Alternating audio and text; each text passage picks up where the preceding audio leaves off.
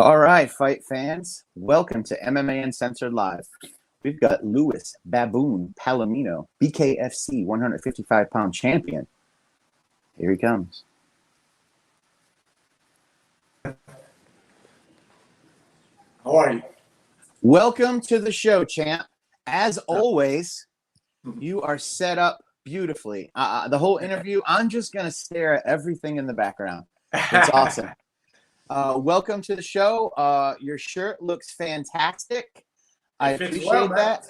It fits perfect. It may even be a little big. That should be perfect. You look good, champ. You look great. It's that nice material. It's that next level. It's that Next level is good. Good stuff. Yeah. You know, those only cost me $6 a piece. Not bad. Wow. Yeah, I get them. Yeah, I get them from my friend. He owns Ink Division. His name is Jason Lott. I get them from him in Philadelphia. So if you ever need some shirts, I'll give you his. Your friend, Dave, how much you paid for the shirts we did last? How much were they each?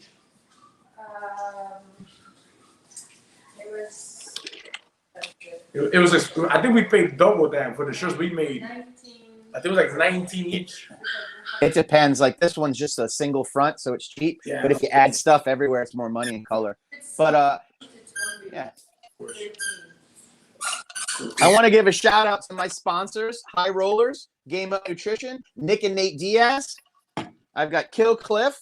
Thank you, Kill Cliff. Great energy drink. And wait, hold on. And a little bit of CBD from Nate that I'll smoke later. This is CBD. This is not cannabis. Welcome to the show. You have Fusion CBD in the background. They're one of your sponsors. Yes, sir. They're also a sponsor of Bareknuckle Fighting Championship. Yes. Major sponsor for Bareknuckle. Major sponsor. Yep, they're one of the huge sponsors. I see your Police Gazette championship belt. Yes, see your BKFC championship belt. I see. Is that? That was the latest walkout. Woo! Look at that. Hey, is Adesanya ain't got shit on you, Baboon? He had a little mask. He had the real one. That's the real deal. There's no plastic either. This is the real deal. You drop this and it breaks. Oh wow. Yeah, you had one of the best entrances. I actually, excuse me again. I actually thank Mr. Feldman and Bareknuckle Fighting Championship. They let me be ringside, and I get to just see everything. I even got some pictures of you after your fight at BKFC 18 versus Tyler Goodjob, walking away. I mean, geez, I got some great shots of your friend and fellow gladiator Uli Diaz after his war with Thiago. Yes. What an event! Yeah, man, it was sick. It was everything it was expected to be. You know. Absolutely. From the press conference to the weigh-ins, and then to your performance. I believe you had a shutout. Yeah, man, it was great. It was great. I felt awesome. You know, everything went according to plan. I had to adapt down the line in the fight, but that's what makes this so fun. You know, that's what makes it so fun for me, at least. You know, I hurt my hand in the second round. My left hand kind of went out. Because I was hitting him a lot in the forehead. Like he like if you see his other fights, he had his hands down, head up, chin up, you know, and with me, like this the entire fight. So like almost everything landed here, you know, and the majority of the shots landed here, and it was messing my hands up. So my left hand kind of went out in the second round, and the third hand went out in the second hand went out in the third round. So yeah, after the third round, fourth and fifth, if you noticed, I had to adapt to the situation. I wasn't going after him to hurt him like that anymore. I was just tagging him and moving because I couldn't follow through with full power. You know. I didn't even notice that, but I did notice Tyler's different approach. He didn't do what he did back in BKB, flashy, whatever. He definitely came towards you, and he kept coming towards you majority of the fight. I mean, you were rocking him. You were rocking him all fight. He just kept coming towards you, man. You have to give it up to Tyler, man. He definitely showed up. 100%. And I expected that. That's why I said it in almost every interview, and where people were counting him out and counting him down and making it seem like it was going to be an easy fight. I didn't believe that. I didn't believe it was going to be an easy fight because I did my research, man. I looked at his wars that he went through over there in BKB. You know, I didn't judge him for the last fight he had. You know, I judged him for what got him there, and I was more than ready for that, and it showed. Absolutely. I'm not. I'm definitely paying attention to you. I'm just letting the world know that the Baboon is live on YouTube and Facebook, and I'm going to send my whole Instagram audience to come talk with us. This is a leisurely conversation, champ. We could talk about whatever we want to talk about today, and there's no rush. You look healthy. You look strong. I'm just looking at the stuff in the background there. Can you grab that BKFC title real quick, champ? That one? Yes, sir. I'll tell you, whoever designed these did a great job. I like the size. Yeah, of them. I love the look. You know, yeah, it's nothing. Look at the size. It's like almost your whole torso. It's amazing. It's beautiful. Yeah, pretty much. So this was your was it your first or second title defense? This was the first. This was the second title defense. Second title defense. The first fight. Was it Jim Allers you defeated for the title? Was that what it? When I grabbed this one here, mm-hmm. the fight was set against Jim Allers, but Jim Allers didn't show up to that one because of the coronavirus or something. And a Isaac Valley flag. Oh yeah, Isaac Valley flag. That's right. And you ended that one real quick. Was it like 2 or 3 punches first round? Yeah, it was about 40 seconds, 45 seconds. Yeah, I'm just letting the world see this one again. They may want to see that one more time. Oh yeah. So. You know, nothing wrong with Sharon. Nothing wrong with Jim Allers. I like Jim Allers. I'm just saying that was me going into that fight, Lewis. I was like, I'm a fan of Allers. I'm friends with him and his wife. I'm a huge fan of yours and a friend. And I said to myself, you know what? If Jim gets the clinch game going and we'll see what happens. And then you went in there 13 seconds. It was like, holy shit, dude. He has arrived. You gotta 305. get that clinch working, Yeah. And we really prepped for that fight. I believe I called in about 3 good friends of mine that are heavier, bigger, old training partners of both mine and Jim. I had Frank the Tank. Who else I had? I had Leo Valdivia. Like they're 170-pound fighters. They walk around nearly 200 pounds. And I had them working me in that clinch, and all the escapes that I know how to do. Oh, also, what's his name from the PFL? Jason Suarez. Escapes that I know how to do. They helped me out a lot with the clinch work. We were more than ready. If I was ever gonna go down to that clinch work, we were gonna be more than ready to handle that. But we didn't get there. It didn't go too far. I think it was like 15 seconds or so, right? First round? The Jim Allers fight, I think it was a little under. I think by the time he was knocked out, it was 25 seconds. By the time the thing was called out, like 40. Something like 40 that. seconds. Well, speaking of fast knockouts, I was rewatching Uli Diaz's knockout. And I can tell you this. That man is an absolute gladiator warrior. He did a podcast the next day. He did a little skit, a little funny comedy show the next day after his fight, and that was probably that was hilarious. I seen it at the Martin show. Yeah, I'm trying to find it right now. Let's see. What was it, honey? You're asking me a question. I can't hear you. Say it louder. Oh, I'm freezing. Okay. You just keep going. It's because it's live. I wanted to talk about UFC 264 champ. I wanted to talk about that Conor McGregor fight. What do you think about that? I mean, I think he's done with MMA, man. Done. Oh, okay. Whether he wants to admit it or not, his time his time for fighting as a whole, I think, has passed. If there's still a fire within him for competition, if there really truly is a fire for competition, because there's a thing where, how can I describe it best, where I believe that McGregor is stuck in between, right? Whether it's the hunger for competition or just the ability to still be on top, like people still chanting his name, people still believing that he's the one. I don't think that he's there anymore. I think it's more about, he wants to be more like, he wants to be the man still, after he's already made his money.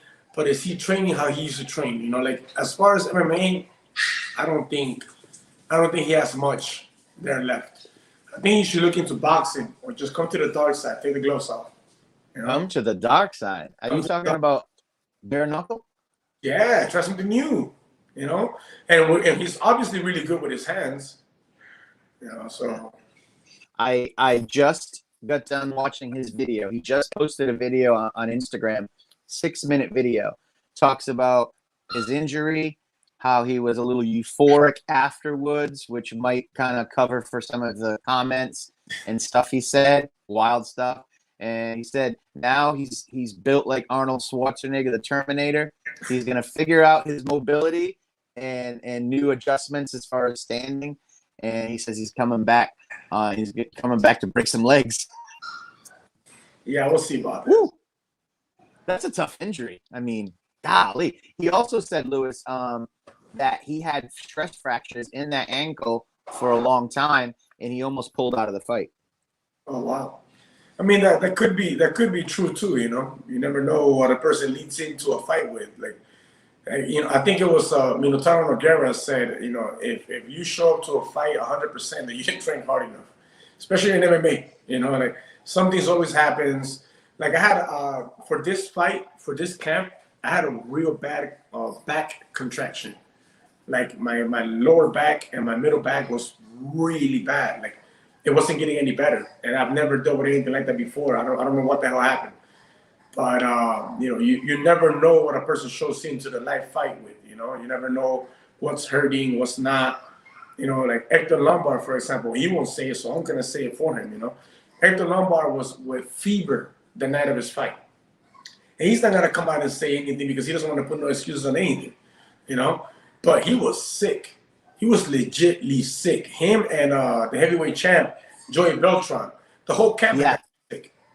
You know, Yeah, and yeah. when you perform, you never know what people are performing under. You know, You said COVID, right? Joey had COVID. I think Joey got COVID. I'm not sure if Hector ended up catching COVID. I know he was really sick. He had fever. You know, like he was feeling bad. You know what I mean? Yeah. But that was before. And then when I saw him, you know, he was like a little, you know, a little down, you know, because his energy had been low for so long. You know? Yeah, I saw him 2 days before the fight, and he gave me a hug, and he gave me a couple punches in my soft belly, and I said, "How you doing, champ?" And you know, I could tell I've been around Hector a lot. He wasn't feeling good. He even wore a sweater to the weigh-ins. You know, he didn't. Right, because like you said, he wasn't feeling good. He probably didn't feel tight and strong the way he wanted to, and he came off that real bad cold, you know. But he did what he had to do, and he defeated Joe Riggs. And let's just be clear here, champ. The Hector Lombard hit him in the eye, hurt his eye. That's why he went down. So it was a TKO win. I talked to Joe Riggs. Hector hasn't come on the show yet. So Hector Lombard, you told me 2 days ago you would call me. You never did. I'm very sad. Please call me, Hector. I want to get Hector on when he feels better. I just want to tell everybody, me and the team watched the replay, and we talked about it later. It was definitely a TKO. There's no controversy. The only controversy Joe Riggs had was he kept pulling down his trunks and then uppercutting him at the same time, and the referee allowed it. That was his only dispute. Yeah. It's a fight game. Yeah. I mean, you got to do what you got to do in there, right? Yeah, you got to do what you got to do. And in the end of the day, there was no fingers in the eyes, which was the complaint. The complaint was the fingers in the eye, and it was pure knuckle, man. It was pure knuckle. And Joe even said that later. So some of the people that are watching, that's how it went. What do you think? What do you think would be a good fight for you next? Here's my thoughts. I think you need a super fight. I think you need a money fight. I think you've proven it. And I think someone needs to deliver this to you, Baboon. Yes, I agree 100%. I mean, if we think about, you know, who's on right now, like who is on right now, who can challenge you right now at 155 that's already signed with the organization, you know, or unless you're gonna bring out the 165-pound belt, you know, who is there right now that is going to, you know, look, you brought this Englishman that was 4-0, you know, a champion of England in bare knuckle. And if you look up his fights from over there, like the dude can fight. You know, pro boxer before that. You know, and I took him out the way. I took him out. I landed about 73 shots to the face. You know, he landed, you know, supposedly 23. I think I've seen the fight more than 20 times where I've counted a good flush, clean 4 shots, maybe 3 to 4 shots, like clean shots. Other than that, it's passing by. You know, the head movement is like it's scratching by, and they counted it, I guess. So they counted 23 shots from him, but I felt 4, and I've seen 4. You know, but the way that I'm taking these people out, like I'm displaying all different sides of me. You know, I can get in there, I can brawl with you. I can get in there, I can box with you. You know, if I want to finish you, I'll just go in there and hit as hard as I can, land on you, and put you to sleep. With Tyler Goodjohn, I didn't have the mentality of destruction in the sense of knocking him out. I really didn't. You know, like in my head, there was so much talk about him being the better boxer, coming from pro boxing, and, you know, all this other talk, you know, that he was the better boxer, that I wanted to outbox him. That was my job that night. Like, I wasn't thinking about knocking him out and connecting with the hardest shot. I was thinking about outclassing him, outboxing him. Just hit, don't get hit, footwork, head movement, show him how it's done, you know, and that's what I did. So, like, I've showed the savage side of BKFC, of a bare knuckle fighter. I've showed the science of the boxer. You know, I've showed how well I can mix it in. I think that you couldn't be more wrong. You couldn't be more right saying that I need a money fight, man. We need a big name now. You know, we need a big name. Yeah. Who can we bring? You know, I'm always, the wheels are always turning, and I think that's why some people like to work with me, because I always have ideas. Sometimes they suck, but I think I have a couple good ideas. I don't know how you feel about this, but I'd like to see maybe you versus Jeremy Stevens. His UFC contract is ending. Maybe Joe Schilling. He was at BKFC 18. He's interested. I'm hearing he can maybe come down to 165. Artem Lobov. I mean, there's a lot. There's some Justin Gaethje rematch. There's some things on the table. What do you think, champ? All of that sounds great. Woo! The Artem Lobov, I heard his talk about going down to 135, 145, and then 155, and I don't know what. I'll definitely drop to 145 to fight him. I'm not crazy about fighting for 145, to be very honest, unless you have some sort of name behind you. There's going to be a good paycheck behind you, you know? Artem Lobov, I believe he carries that, and if we was to negotiate something like that at 145, I'll fight him at 145. Joe Chilling, I don't know much about him. I do know who he is. I don't know much about him. I do know he does what? Letway, is it? Letway? Kickboxing. He's Glory Kickboxing. He was a world kickboxing champion. He was in the UFC, Bellator. Yes. Okay, yeah. He just knocked out that guy in the bar. The guy in the bar was making fun of people and the waiter, and Joe Schilling gave him a little 2-piece and dropped him. That's Joe Schilling. He watched your fight. He watched your fight. Yeah. He looks a little like more like a 170 pounder. But if BKFC was to bring out the title for 165, I'll meet him on 165. I mean, I can't pick and choose. 165 is it. You know, like if they can make that weight, let's do it. You know, I believe I can be very I believe I can hold on to the 165 and 155 pound belts simultaneously. No problem. You know, it's very close to each other. And as far as who else? Jeremy Stevens. I like Jeremy Stevens. Jeremy Stevens is a banger, man. You know, and he's a banger. Right now, he's what, on a 4-fight lose streak? Is it? I believe so. I believe 3 or 4 fight lose streak. You know how the UFC is. They don't. He needs to win. He needs to win this fight right now. Like, because he's fighting this weekend, I believe. Yeah, I believe it's because all of the bonuses, you know, all the knockout of the night bonuses, fight of the night bonuses, you know, it's very hard to let a guy like, you know, Jeremy Stevens go, you know. Yeah. With all he's done. But I think if he gets this 5th loss in a row, I think that's it for him. What else is there for him? You know, can he really box at the high level? Is he going to go to boxing? or is he gonna go to MMA and somewhere else like ONE FC or PFL or Bellator, or will he take the gloves off and come to the dark side? Come challenge. Yeah, I'm with you on that one. I was just looking. He's fighting this weekend, July 17th. I'm trying to find his opponent's name, but he's fighting this weekend. Nice. Yeah. That would be good. And Justin Gaethje rematch. I mean, everybody knows you defeated him. When was that? Like 10 years ago? 12 years ago? He defeated me. And he defeated you. Okay. We fought twice. But I had him really hurt. I had him really badly hurt. And now we're That was PFL, right? Was that PFL? It used to be World Series of Fighting. It's now PFL. Right. Ray Sefo had Ray Sefo, yes. Right. WSOF. Okay, my bad. You know what? I got confused. Sorry, fans. Sorry, fans. I got it confused. I was thinking about Jorge Masvidal because you fought Jorge. I got you and Justin. Sorry, I got those mixed up. Yeah. No, I even, the dude, he came into my locker room that day of the fight, and Masvidal, right? And that's the only reason why I kind of like called him out after my fight, because it was fresh in my mind, I mean, you come into a private room where it's just two fighters and their entourage, right? Their corners. So this is at BKFC 18. This is at right? BKFC 18. This is 3 weeks ago in Fort Lauderdale. Jorge Masvidal came into the Baboons locker room. And go ahead, Chip. Yeah, well, I was sharing the locker room with Thiago Alves. So, obviously he came in there to say what's up to Thiago and this is his team, his training partner. But, I've never had a problem with this dude, man. The only thing we ever had was a fight in the past in which I won.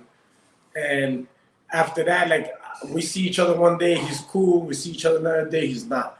It's very bipolar, very weird the way that he carries himself, depending on the people that are around him. Like if he's alone, you'll say what's up. Or if he's with people that know me and know him, he's cool. But then if he's with other people, he's like, I don't understand this dude's way of thinking, but whatever. He came into the locker room and walks right by me, at the fucking door it says Luis Palomino and Thiago Alves.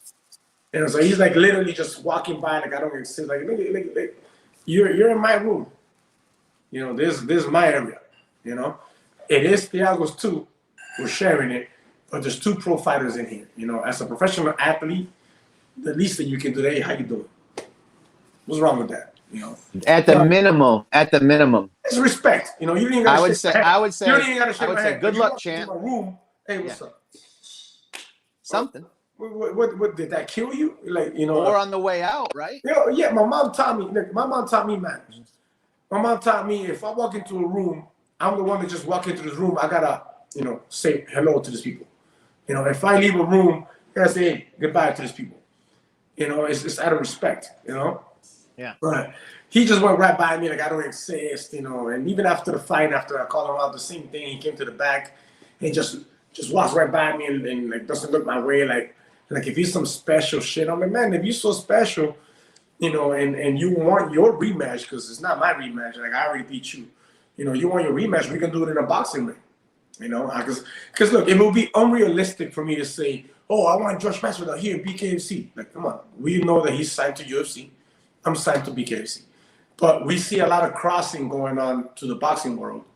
And BKFC has supported, their fighters, from, what's his name? Maxwell and the heavyweight. Yeah. Yeah. They supported them, in a boxing fight. The Conor McGregor versus Floyd Mayweather. Yes. There you go. You know what I mean? So that can happen. Was it Randy Couture versus James Toney back in the day, maybe? Yeah. Yes. Yeah. We're going way back. That was in the cage, though. Yes, that was in the cage. So to sum that up, Jorge Masvidal walked in your dressing room at BKFC 18 3 weeks ago. Didn't say nothing to you. Walked out. Didn't say nothing to you. You called him out after you won and defended your BKFC title. You saw him. He just ignored you. That's pretty interesting. And you guys both are in the 305 within an hour away from each other. Yeah. It's just, it's definitely a loss that aches him. You know, it's a loss that really aches him. You know, so if he wants to avenge it, let's meet in the boxing ring. You just say you're a better boxer than me, so let's meet in the boxing ring. You know? That sounds good. You heard it, guys. Luis Baboon Palomino versus Jorge Gamebred Masvidal boxing match. Let's set it up, guys. Let's do it. Switching to boxing really quick, and I want to go back to Jeremy Stevens later, but switching to boxing really quick. You got the Jake Paul versus Tyron Woodley. You just saw the Logan Paul versus Floyd Mayweather. They made a ton of money. I mean, this seems like where the money's at. And also, next weekend, BKFC 19 will be in Tampa, Florida, my hometown here. I'll be there all 3 days with the team, and I'm excited. Man, they can have Blueface Bleed'em, and he's a celebrity or rapper versus some other kid. Let me pull up the card real quick, and we can look at it, champ, so the fans can see this. Paige Van Zant's on the card also. Yeah, against Rachel Ostovich, right? Good one. Yeah, there we go. I'll run it down for everybody. Paige Van Zant versus Rachel Ostovich 2. They are actually an MMA. You got Britton Hart versus Jenny Savage. Arnold Adams, the very first BKFC heavyweight champion, versus Terrell. Taylor Starling versus Rob. I can't really see these. Velasquez, Abby's back. Joe Warren's back. And then you got the Blueface versus Kane Trujillo. And then a couple other fights. Very interesting. Yep. Good card. I like it. Yep. I like it. So you're not coming to town. You got previous engagements. You got champ shit to do. You got important champ business. You probably got a nice vacation plan with the family. But we'll miss you in Tampa. I'll see you soon. But maybe he will show up. Who knows? You never know. Maybe he won't. It's just a 4-hour drive. I might just make the trip. You never know. You never know. So he may show up. Who knows? What do you think about this Paige Van Zant versus Rachel Ostovich? Britton Hart says you're coming for the boobies, but you're staying for the violence. What do you think about the booby stuff? I think that's a good marketing, man. That's a good marketing. I mean, hey, do you know who won the first fight? Because didn't Paige fight Ostovich before? Yeah, I believe Paige won. I'll look it up just because I don't want people saying I was wrong. But I believe Paige won. Decision or submission, but I'll pull it up. Okay. But this is different, man. This is bare knuckle. Two beautiful women, putting it on the line. Yep. What do you think of that one? Just going to be a barn burner. Exciting. Yeah. Okay. So it was. Sorry, I didn't mean to interrupt you, champ. It was January 19th, 2019, UFC Fight Night in Brooklyn, New York. Page 1, submission round 2, minute and 50 seconds. Oh wow! Yeah. So this is their. Yeah. Gonna have to tighten up those hands. Yeah, I mean, two pretty ladies, man. Jeez Louise. No, but you know what makes it more exciting is that the fact that they're coming for that rematch. You know, when they already had that heat in the past, and then you go from a sport where I lost by submission. And in your head, you got to be thinking about it like, okay, now we get to bang it out in the ring. That's exciting. It is exciting. I'm excited about the second fight, the Britton Hart fight. I talked to Britton Hart yesterday. We did an exclusive interview. She hasn't talked to anybody since she walked out of the presser at BKFC 18 3 weeks ago. She was very unhappy because she's not the main event. She said, "I just beat Paige. Why would I be the co-main event?" She feels disrespected, but she's motivated and she plans on knocking out Jenny Savage and fighting Beck Rollins in a rematch, maybe later this year for the women's title. Who won the first fight between Beck Rollins and Britton Hart? Beck won, and it was BKFC 2. I think 3 or 4 years ago. I don't know the exact date, but Britton says she won that fight. I believe it was a decision. Yes. Okay. Oh, damn! The 105 rounds. Yes. I'm gonna look it up. Yeah, I'll look it up right now. Oh, you can look it up. Yeah, do whatever you want. No, I'm gonna look it up to check it out. Yeah, it's. I thought you were grabbing your phone. Yeah, I looked. I did see that fight. That fight was bloody, man. Yeah, it was contusions and blood. It was a really good fight. That fight was bloody as hell. Yeah. Let me see. I'm gonna pull up. I'm gonna give a little plug to Bare Knuckle Fighting Championship. I'm going to pull up their YouTube. They got all the highlights and fights. But that one, man, this is something here. Hey, Pearl Gonzalez, she showed up. Real pretty, real nice lady. I know Pearl. She showed up and she put on a boxing display versus what's her name? Did you ever get to check out that fight? I didn't get to see the fight. I didn't get to see the fight. She put on a boxing clinic. I was going to put the highlights. Yeah, she looked really good. Boxing, point boxing. Not a lot of clinch work, but it was a real good boxing fight. Okay.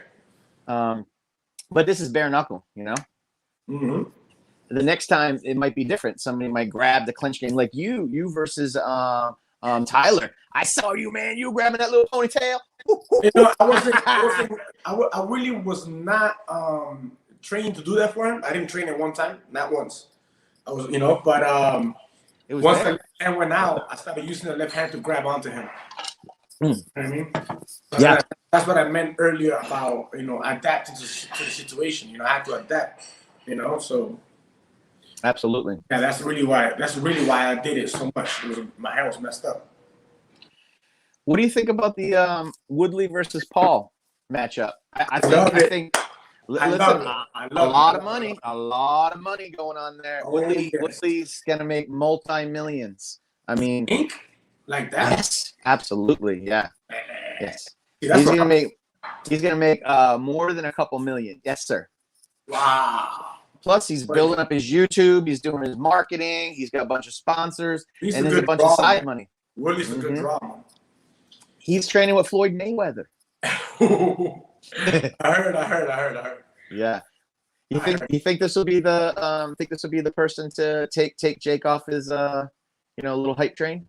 Do you know how many rounds they're doing? I don't. It's probably going to be 8 or 10.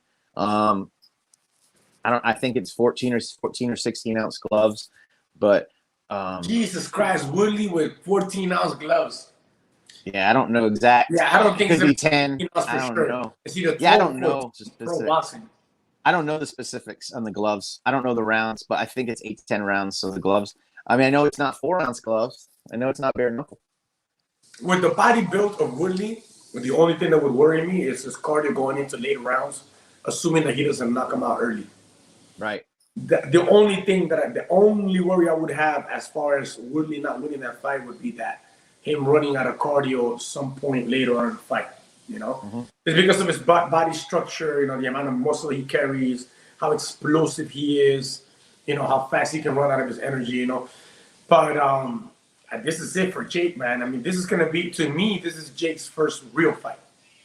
You know, and I think it's fair if you think about it. Woodley, you know, MMA fighter, but more known as a wrestler, and with time developed, you know, the power in his hands. Like, I don't know if you've noticed, but most wrestlers pack power in their hands, man, and they learn how to box later on, you know, as they age in their MMA careers. And I think Woodley was one of those. He was more of a wrestler that found his power in his hands. Now, when it comes into switching from MMA to boxing and pure boxing, he's an athlete. So as long as he does his work like an athlete does, man, he's gonna be fine. I don't think Jake wins in any way. You know, versus Woodley. He takes the power and takes them into deep waters. And we're talking about like if it's gonna be like 8 or 10 rounds. I think it's gonna be 6 or 8 because Jake has only done 4-round fights, right? I have to look it up. Like I can look it up right now. So I think it's 6 or 8 rounds. I don't think it's gonna pass 8 rounds. Yeah. So you think it's gonna be Tyron Woodley stops Jake Paul 5 or 6 rounds in, maybe? Man, it's a lot of power, man. You know. I know. I mean, you got to think about it like this, right? Just look at that, the freak of nature that Tyron Woodley is, right? Look at him, right? And just think about this. You don't got to wrestle no more. You don't got to grapple no more. Don't worry about kicking no more. All you got to do now is just throw punches. Yeah, he's going to be fine. That's it. He doesn't have to worry about jiu-jitsu, takedown defense, nothing. 100% focused on throwing punches, moving your head, moving your feet. Yeah, it's just dangerous, very dangerous. I don't see the specifics on the rounds. I know it's August 29th, and it's going to be in Cleveland, Ohio. I guess that's going to be in Jake Paul's hometown and on a Sunday. See what happens on a Sunday. He's doing what Floyd and his brother did, Logan, doing it on a Sunday. Interesting. I guess they sold 1 million pay-per-views on the Floyd, but I mean, do you think they're going to sell 1 million with this Jake Paul? I mean, can Jake Paul bring in 1 million pay-per-views? Because I'm not sure Woodley can bring in any of those names to Mayweather. Floyd. Yeah, like it's Floyd. Floyd. Look, in the other day, Floyd brought in those numbers. Jake will bring in some ridiculous numbers, you know, and Tywone Woodley will bring in some ridiculous numbers, but none of them can compare to what Floyd brings in, man. That's not. Tywone Woodley right here in a recent interview, he predicts the 3rd round KO over Jake Paul. I don't know. I'm gonna watch it. A lot of people are like, "Why are you watching this stuff?" Like me, you know me. I own the MMA Uncensored network and marketing and all this. You know, I do all the MMA Uncensored stuff, and I report all the news. And when I post stuff about Jake Paul, Logan Paul, all the comments, people get pissed off. Why are you giving them? It's news. It's what people want to see. I know this is your job. MMA. It's news. It's combat and sport. It's entertaining. Yeah, it's funny to laugh, joke around. Yeah. So I'm going to keep posting Logan Paul, Jake Paul stuff on MMA Uncensored. And if people don't like it, I guess they can go somewhere else. Anyway, let's get back to the Baboon. I want to talk about the Jeremy Stephens matchup one more time. I'd like to just put that out there one more time. Everybody, let's try.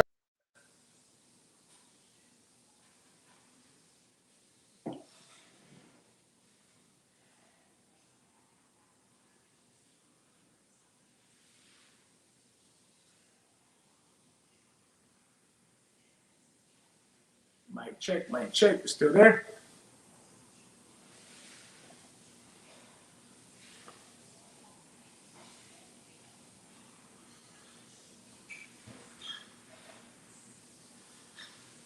Bad connection. Sorry, guys. We're back. We're back. We're having some weather again in Tampa. You know how it is, Lewis. Yeah, but it's Florida. It could be perfect. Like you could be out there at the beach or on the boat, and then 5 minutes later, it's dark clouds, and you have to get off the boat. You know, it's crazy. So it happened yesterday too. All of a sudden, it just gets a little wild. But we're back. I just wanted to talk about the Jeremy Stephens matchup, and also a rematch with Justin Gaethje and Jorge Masvidal before we get out, and anything you want to talk about. I'd like to say I'd love to see Jorge Masvidal versus the champ. I'd like to see the BMF versus the BKFC title with gloves on. And I would be 100% down for that. So if anybody wants to listen to me or help me put that together, I don't know how to put it together, but hey, Nelson Lopez, my partner, Nelson Lopez, Raynello Management. Let's talk. All right. Also, Jeremy Stephens, I'd love to see him in Bareknuckle. If Jeremy's out there, you know, reach out to Baboon or whoever at Bareknuckle. Maybe come on over and come to the dark side, like the champ says. And that super gets me excited. Yeah, man, no, definitely. Look, there's 2 things at this point, at this age, at this point in time in my life that I'm after, you know. For one is I'm retiring, you know, under the will of God. I will retire as an undefeated bare-knuckle fighter, the pound-for-pound best bare-knuckle fighter in the world. I will retire like this, under God's permission, right? And for another, man, I've been in this fight game for many, many years, you know, and I'm trying to make some money, bro. You know, I think I deserve it. I have 14 years in the game, in the business. I think I deserve it. I think it's time to make some real money, and that's what I'm after. So when I ask BKFC for the biggest name possible, it's no lie. There's 2 things that I'm shooting for. You know, I'm shooting to help BKFC keep growing as a brand, you know, and for me to make some good money too, you know, for all of us to make good money. So what I want is the biggest name you can possibly bring me. The biggest. Now, we've seen BKFC has been doing a lot of signing. The women's division has been growing a lot. They've even signed some heavyweights. I say, you know what, man, let's focus on signing, you know, some real competition, some high-level competition for the 155-pound, you know, champ. You know, I mean, what do you got to lose? You know, you bring in somebody that's better than me, then you got somebody better than me. You know what I mean? You bring in somebody that is supposedly better than me, or it's a huge name, and I beat them, then you still have a legit champ. Like, yeah, it's a win-win for the organization, you know, for both me and the organization. So the biggest name possible, I think Jeremy Stevens would be a monster in BKFC. I mean, you guys seen the way he knocks people out, man. He knocks people out like to another dimension, you know. And I have that type of power too, but I believe I would outbox him. You know, I mean, you just never know how fights can turn out, especially in bare knuckle, you know. But I definitely welcome the challenge because he has a huge name behind him. I say him. Dan Hooker. Dan Hooker. Dan Hooker. I talked to Dan Hooker 2 months ago, champ, and he said absolutely he would love to do it before he ends his career. He's a fighter, and he says there's nothing better than going knuckle on knuckle. And did he mention how many fights he had left with UFC? I know he's on a 3-fight losing streak. I don't know. He may have 1 or 2 fights left. I'm not sure, but he definitely has interest in bare knuckle fighting championship. Yes, and he's a 155-pounder, and he's a beast. Yes, he is. He's a big 155, by the way. Yeah, big. Big boy. Yeah. Oh, look at my babies. Look at my babies over here. Look at this. Look at my baby. Oh, look at a new baby. Look at my other baby over here. Ooh. Oh my God! Well, tell us about these babies. Are they Frenchies? What are they? American bullies. American bullies. Yeah, I breed them, but I don't breed them like breeders do. You know, like I don't live off this. I don't like do it for profit like that. Like I breed it because this is me right here. Yeah, I'm a sucker for puppies. Yeah, here's my little puppy. Look at this. Oh, look at that. She needs a haircut. She needs a haircut. The same size already. Yeah, she's like 6 pounds. Oh, see, I did. Yeah, was that American bullies? Yeah, okay. I was just talking to Rumble this morning, Anthony Rumble Johnson. Oh, he breeds the extra large bulls. Yeah, he told me about it. Yeah, he's got the bullies, and he's got the cutest little dogs. He was telling me that one of them is like a tornado, a hurricane hitting at the same time in his house. It's destructive. 8 months old. Yeah, I just got a whole litter of 8 pups, man. I have 2 sold already. I'm selling the rest of them, but I'm keeping a female in my mom's house. Yeah, she's been wanting one for a while already, and I'm keeping my stud, a male. How big did they get, Luis? These are pocket bulls. So Anthony's are extra large. They get really big. Those things eat more than you and I. You know, yeah, those are big bulls. You know, this one's right here. The females go up to like 60, 65 pounds, and the males can get up to 105 pounds. Okay. But they're very low. Stocky. Yeah, very, very low, full of muscle. Oh, you know? Very cool. Share some pictures on your Instagram or somewhere so your fans can see it. Oh, no, I definitely will. Definitely. I want everybody to – I'm going to give you some shout-outs on your social medias before we head out. Anything you would like to talk about or plug or anything I missed? No, man, just anything. To hit back one more time on that, it's big names, man. Big names. Look, even Nate Diaz, you know. Yes. Luis Baboon. It's at Luis Baboon on Instagram. Check him out. He's got 77.5 thousand followers. He needs to be at 100. Let's get him to 100, guys. Get it to 100. Thank you so much. Oh, we'll help you. You know, I'll help you. You're my friend. Yes, sir. Nate Diaz. Nate Diaz would be awesome for bare knuckle, man. Yeah, right here. What's that brand that you say he sponsored you from? Yeah, Game Up Nutrition is our official sponsor. And High Rollers is jiu-jitsu infused with cannabis tournaments. And so he's part of High Rollers. I remember that. Yes, and also Joe Schilling just started a new organization. It's kickboxing infused with cannabis. We actually work for them as well. We're in all the we're maxed out, man. We're maxed out. We're in the THC cannabis sports. I mean, I'm not going to say anything. I mean, people use cannabis. Athletes use them to relax, to help muscle healing. Nate Diaz uses cannabis all day, every day. A lot of fighters do. We don't need to get into that conversation, but yes, that would be great. Nate Diaz versus the Baboon. Imagine Nate Diaz in the bare knuckle. Imagine that, you know, that would be wow. But that's what I'm looking for. I want my legacy to go as high as possible before I retire. I want to retire undefeated, if, you know, God willing. But I want big names, man. You know, a big name. Nate Diaz, Justin Gaethje, you know, and for those, you know, there's always going to be those internet trolls, right? Like, oh, why are you calling out this guy? He's a UFC. Or why you call? No. Let's get this thing straight. I'm not calling anybody out right now. I'm the champion, okay? The champion is looking for a big name fight. So whoever's available or whoever can get a permission to come in and step into the dark side to challenge me for this title, that's what I want. And I want the biggest name possible. I mean, what more exciting than that? Like I'm not hiding. I'm not trying to I'm not doing what the Vietnamese do. What's his name? That be that no win. That be that. Grab the belt and haul ass running. You know, not defending my titles. Like no. Evidently, he's back. And now. then you have the number one contender after you, and you're like running away, asking for hundreds of thousands of dollars. Yeah. Just to not take the fight. You know, like no. Reggie. Exactly. Yeah, Reggie. Yeah. I'm a real champion. You are a real champion. And I'm asking for the biggest name possible. That's it. You heard it, guys. You heard it on MMA Uncensored Live. Louis Baboon Palomino, the 155-pound current bare knuckle fighting championship, wants Nate Diaz, Jorge Masvidal, Justin Gaethje, Dan Hooker, Jeremy Stevens. If you want the Baboon in bare knuckle, if you want the Baboon in boxing, hit him up on Instagram at Louis Baboon.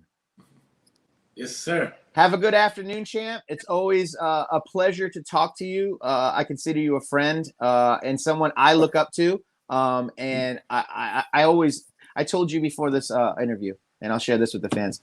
This is the most prepared man for an interview ever, guys. Look at his background. Look how professional he is.